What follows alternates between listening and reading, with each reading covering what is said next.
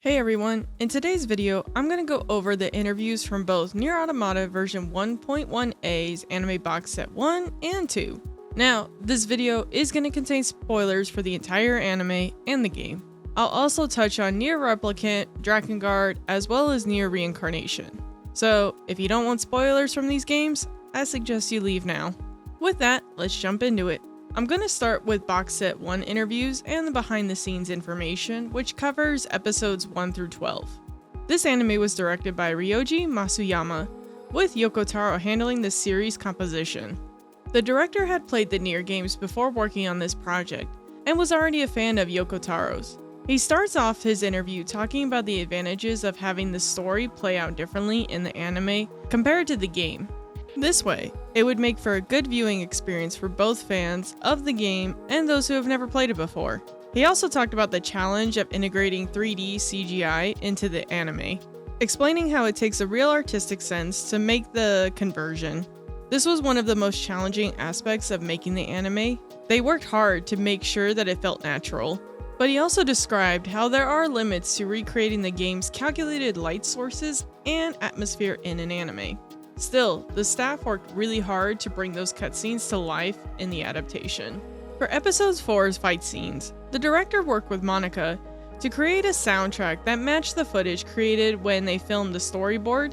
If you listen carefully, the music is the recognizable song A Beautiful Song, but it's slightly different to better fit the episode. Because of this, he believes they were able to create a long-running scene worth watching, where the art and the music link together beautifully. And honestly, after rewatching that scene knowing this, they did a badass job working on it. When we see 9S in the hacking world, the music shifts to a lower tempo to match the mood of the scene.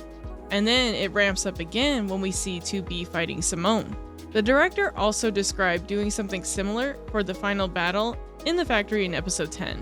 When speaking with Keiichi Okabe, he talked about how they specifically made the song for the game to match the action during the fight scene with Simone. So they wanted to take that same approach with the anime. The next question was about the choice to have Lily become the leader of the resistance, and about episode 6 depicting the Pearl Harbor descent mission. From the beginning, Masuyama came up with the idea of switching fates of Adam and Eve, because he wanted this to feel like an alternative route from the game. As for switching an enemy to Lily, during their discussion, Yoko Taro suggested they swap the character, and so they went with Lily. As for the character designs in episode 6, they took the original designs from the manga and tweaked them for the anime. They also drew inspiration from the stage play. This applied to number 2 and the others as well. Their designs were also influenced by the stage play and manga. Now, for the music in episode 6, there was a new track created specifically for the anime in that episode. Keiichi Okabe said that after watching the stage play, he got some inspiration for the song. He said, "I thought about how the viewers would feel and what kind of impression the director and the staff wanted to impart. My new personal favorite song from this soundtrack is actually from the Pearl Harbor Descent episodes, For Whom Do We Fight?, which was done by Keigo Hoashi, who worked alongside Keiichi Okabe on this soundtrack." Another interesting choice they made was actually in episode 1. The beginning dialogue that 2B has at the start of that episode comes from the weapons story A Virtuous Contract in the game. Just how long will I have to keep fighting like this? Trapped within this blood-soaked vortex of a battlefield. How many more will I risk my life to protect? And when will I escape from these killing fields that never let go? How long am I supposed to keep believing? In a world filled with only deception and fabrication. And just how many more lies do I have to tell? Will the despair ever fade? Does our future hold anything? And then 2B's dialogue that normally appears at the beginning of the game is instead used at the end of the episode. Everything that lives is designed to someday end. We are perpetually trapped in a never-ending spiral of life and death. Is this a curse or some kind of punishment? However, if I am allowed to, I'd like to make a wish. all I want is for him to find happiness. Masuyama felt that it added a good balance. He worked hard to try and balance a lot of the dialogue from the game into the anime. For example, mixing 2B and 9S's dialogue from endings A and B in episode 12. For him, it was all about balance. And I thought it was a nice touch. Now, funny enough, in episode 8, when we see Jackass in the bikini, originally Yoko Taro had asked if they could have 2B and company appear in the swimsuits. But the director and the rest of the crew said that might be a bit much. The creators wanted to make sure that there was a good balance between comedy and seriousness in the show. I could see them saying no to Yoko Taro on this one. I think it would have been a bit much. Or maybe they could have done something where the characters fantasized it. What are your thoughts? Would it have been too much? For the ending song, the director was asked why they used a wheat field. He started talking about implications from The Catcher in the Rye and how he put all this thought into why he chose that scene, only to say at the end, "Just kidding, it was none of this. I picked the wheat field because it looked great visually." Now, looking at some of the tools and practices they used to create the anime, for some of the action sequences, they used a practice called cinemascope framing. Cinemascope is a technique used to produce widescreen pictures, primarily for films, because it gives the viewers an impression closer to the movie. It creates a sensation that feels different from typical animation footage, making the hack and slash scenes even more distinct. For some of the CGI, they actually used Blender. Square Enix provided them with assets from the game, and they used Blender to draw the machine lifeforms or create references for the layouts. In the interview with the CG director, Yusuke Noma, he talked about how they used the assets borrowed from Square Enix to ensure accuracy to the game, including the details like height and sizes. They also received motion data from Square Enix as well. So that covers the highlights that stood out to me for part 1 of the box set. Now we can move on to the interviews from the second box set. For the second box set interviews, this time not only did they have the anime director, Ryoji Masuyama, but they also brought in Yoko Taro himself to answer some questions as well. You already know this is going to be interesting. Yoko Taro was very impressed with Ryoji Masuyama and his dedication to detail on this anime.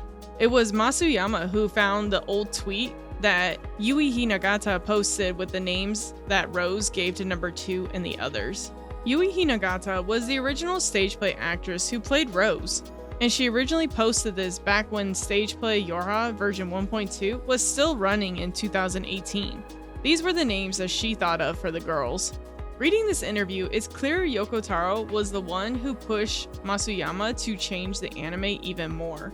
Yoko Taro even said in the interview, "I felt that I wanted to prepare something more fun for the fans than simply watching the same thing they saw in the game.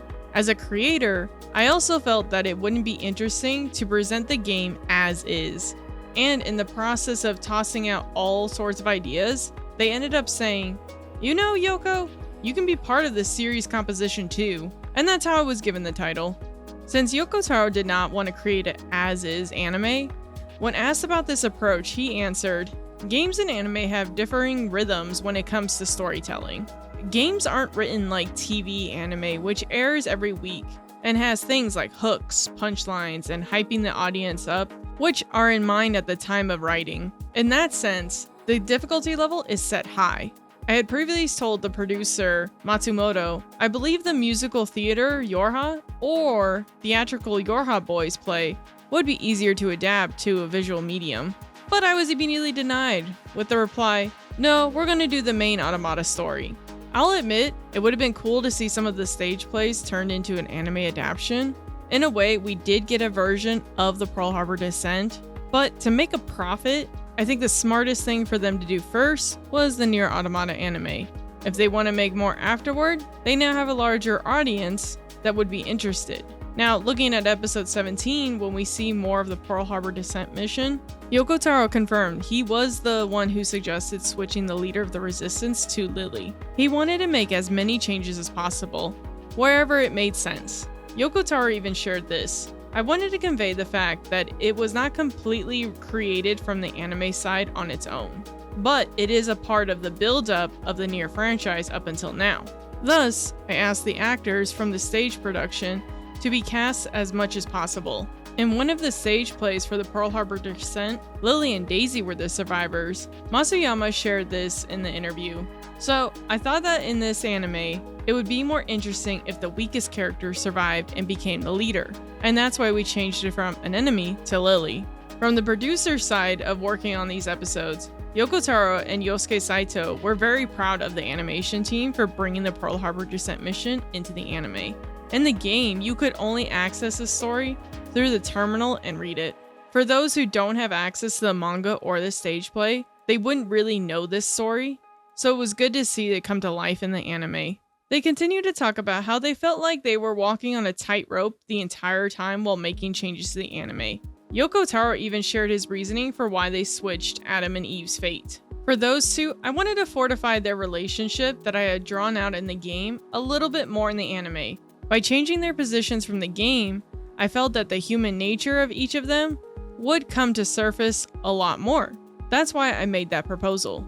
Masuyama admitted another reason they could do this was because of the convenience of the word branches. Yoko Taro shared why he created branches in the first place. He said, "I originally created branches because back during Drakengard, Square Enix told me to fill up more volume of the game. And I created branches for multiple playthroughs. So it's all Square Enix's fault." Masuyama even added to this saying, "But because we have that, the fans readily accept strange settings like this, and new viewers watch it thinking that that's just how things are. I think we ended up with a very natural form. If it were a world with no branches, the anime side may have been beaten to a pulp," which is 100% true. And even knowing this, I've still seen some criticism that the anime wasn't good because it wasn't a as-is, one-to-one adaptation. In the same interview, Yoko Taro admitted to being the loudest voice, saying there needed to be changes in this anime. Personally, I really like the majority of the changes. They made sense. Sure, there are certain situations I question from a philosophical perspective, but I'm not mad at any of the changes. What about you all? Let me know in the comments. They also talked about how in the game, it was easy to express certain things, but it became more difficult in the anime. So it was a good thing that the anime staff had the freedom to change things without hesitation. Now here's something hilarious from the interview with the producers of the anime and Yosuke Saito, who worked on the game. They shared that Yoko Taro, quote, wanted to break everything down, but they turned down his idea. I thought it was hilarious reading that all the producers who worked on this anime told Yoko Taro his idea was useless. Damn. Sorry, Yoko Taro, you just got shot down by your own team. Saito shared this about some of the changes they made, like the switch between Lily and an enemy.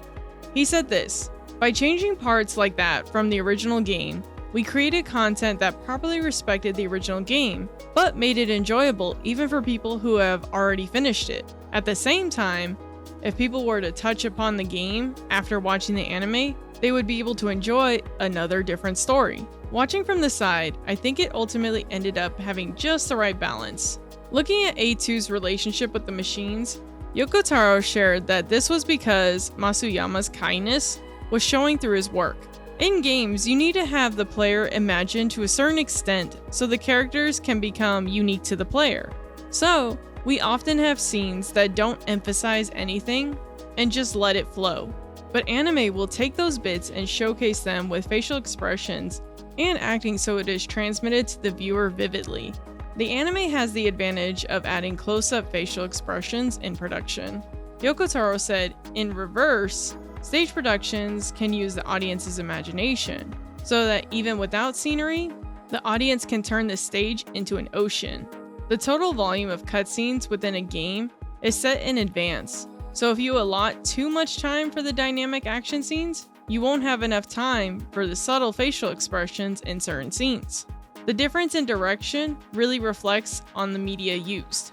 The more I read from the different creators and the media that expanded the lore of NieR Automata, the more I see the benefits of it all. But at the same time, for those of us not in Japan, it becomes a challenge to get access to the expanded world. They were also asked which episode was the hardest to work on. They shared it was actually the last episode. When the anime director Masuyama struggled, Yoko Taro came in with objective viewpoints and proposed some exquisite nuances. For example, with 9S in the last episode, it was Yoko Taro's decision to make 9S was portrayed as a terrible villain, but I changed his portrayal to show that he deserves a little pity as well. This helped the director a lot for this final episode. It didn't change visually from what he has already had in mind, but it changed the dialogue's delivery. From the producer's point of view, working on 9S and A2 in these last few episodes was also tricky. Masuyama shared that his thoughts, asking, "Doesn't 9S have a terrible personality?" Miho Matsumoto, one of the anime producers, responded that wasn't true. There's more to his story. They also took into consideration Natsuki Hanae's acting, as he can suit the villain role. Shoto Fuji, the animation producer, shared this. If he was set up as the villain, it was easier to set A2 up as the righteous one. But we kept in mind Mr. Yoko's rebuttal to not make him look like a villain. So we all, including myself, worked down to the wire to adjust the balance for that aspect. Saito said this about A2. In the game, A2 usually ends up in the villain's spot, no matter what you do. She didn't get much of a deep dive before, so having her drawn out so carefully in the anime must have been a salvation for all the A2 fans. They admitted that looking at the fans' reaction, this anime drew in more fans for A2's character. Now, for the reason a chord appeared in this anime, this was the result of Masuyama's research into NieR Automata and his look into past interviews with Yoko Taro. He also shared this. You could say that adding information you don't understand simply by watching add depths to the series. That something you don't understand can be verified through playing the game, among other things. And if you were already in the know, you get a small chuckle out of it. I approve of things that have an answer that you can't derive instantaneously. And I love to surprise people through visual footage, so that's why I incorporated them. Yoko Taro shared that it was Matsuyama's idea to include a chord and also Pod 567, voiced by the voice actor for NieR in NieR Replicant. They did this in both the Japanese and English dubs. Yoko Taro felt that these additions were more a fan service, something they've done in his past work as well. The producers also shared the Easter egg eye catchers hidden in each episode. Those were the hexadecimal codes sprinkled throughout the series. Masuyama shared that he wanted to add some kind of surprise. Then one of the creative directors suggested adding a chord's notes as codes. So they consulted Yoko Taro on that, and he created the text for them. The producers wanted to include as many Easter eggs as possible for fans. For example, they included 10H or Pod 006 from NieR Reincarnation, as well as flashbacks from NieR Replicant in certain scenes. Now, here's a really interesting detail I learned reading this interview. Some of the action scenes could be directly taken from the game, but there was a limit to how far they could go. So they reached out to Miss Kaori Kawabuchi, who was 2B's motion capture actress in the game, and they filmed her performing some of the combat scenes. They used that footage as reference when drawing the anime. This interview also speaks to the creator of the puppet show as well. Originally, Yoko Taro wanted those to be more integrated into the episodes, but the director thought it would be better to balance if they were at the end of each episode. Honestly, I think that was a smart move. Moj, the creator of the puppets, and I apologize if I'm mispronouncing that name, wanted to create all of the characters as puppets, but was only able to make 2B, 9S, and A2. The rest of them were made out of cardboard due to time constraints. It took about 3 to 4 months just to make 2B and 9S. They also go into detail about how they created Grimoire Rubrum for episode 22. Gotta appreciate the simple tricks. They made the pages look ancient by staining them with coffee. This episode was also where they included more motifs from NieR Reincarnation. That game gave us a better look at how people who are mutated by the white chlorination syndrome. And of course, we see ending E from Drakengard. The page that was the hardest for them to make was the one of Devila and Popola, because they wrote "I'm sorry" over and over again on that page in angelic text. They felt them feels from creating that page. Now, these are just some of the highlights from this interview that I wanted to share. There's a lot more in the box set that I recommend picking up and reading for yourself. There's more information on the visuals for the backgrounds and even the opening and closing sequences of the anime. Let me know what you think of these interviews. Did they give you more insight into some of the choices and why they made these changes? Do you like the changes? Were there any that you didn't like? I question the change they made with Pascal. I'd love to ask Yoko Taro if he had any input on that from a philosophical standpoint, because it almost seems like no matter what choice Pascal made, he was going to lose the children and his village. Maybe it's simply because it follows the philosopher he's named after, but who knows? Thanks again for watching and continuing to support this channel. I really appreciate it. Don't forget to hit that like button and the subscribe button to keep supporting the channel. Also, feel free to join my Discord server to jump in on any and all conversation about video games, anime, and some of the streams that my mods and I host there as well. See you all next time. Bye!